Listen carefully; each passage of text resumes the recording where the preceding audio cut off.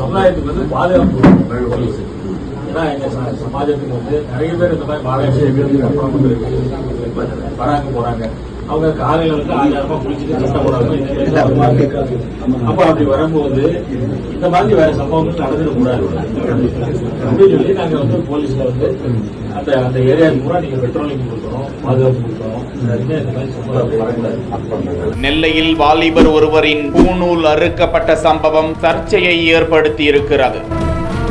வேக வேகமாக வாலிபர் வீட்டிற்கு சென்று ஆறுதல் கூறிய மத்திய இணை அமைச்சர் எல் முருகன்.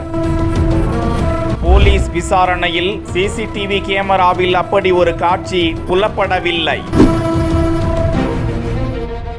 நெல்லை மாவட்டம் பாளையங்கோட்டை தியாகராஜ நகர் 5வது குறுக்கு தெரு டிவிஎஸ் நகரில் வசிப்பவர் 58 வயதான சுந்தர். இவரது மகன் ஆன்மீக சமூக நிகழ்ச்சி ஒன்றில் கலந்து கொள்வதற்காக மாலை 4:30 மணி அளவில் வீட்டில் இருந்து புறப்பட்டு தியாகராஜ நகர் 14வது தெருவில் வந்து கொண்டிருந்த போது அடையாளம் தெரியாத 4 நபர்கள் இருசக்கர வாகனத்தில் வந்து அந்த வாலிபர் அணிந்திருந்த பூணூலை அறுத்துவிட்டு இதுபோல் பூணூல் அணிந்து வரக்கூடாது என மிரட்டிவிட்டு அங்கிருந்து தப்பிச் சென்றார்கள். இதனால் பதறி போன அந்த வாலிபர் இது குறித்து தனது பெற்றோரிடம் தெரிவிக்க பெருமாள்புரம் காவல் நிலையத்தில் இது குறித்து புகார் அளிக்கப்பட்டிருக்கிறது. காவல்துறையினர் விசாரித்து வரும் நிலையில் அந்த மர்ம நபர்கள் யார், அவர்களை கைது செய்து கடுமையான நடவடிக்கை எடுக்க வேண்டும் என வலியுறுத்தல்கள் எழுந்து வரும் நிலையில் இது குறித்து தகவல் அறிந்த மத்திய இணையமைச்சர் எல் முருகன் அந்த வாலிபரின் குடும்பத்தினரை நேரில் சந்தித்து ஆறுதல் கூறியதோடு இந்த சம்பவத்தில் ஈடுபட்டவர்கள் மீது கண்டனத்தை பதிவிட்டு இருக்கிறார். இது தொடர்பாக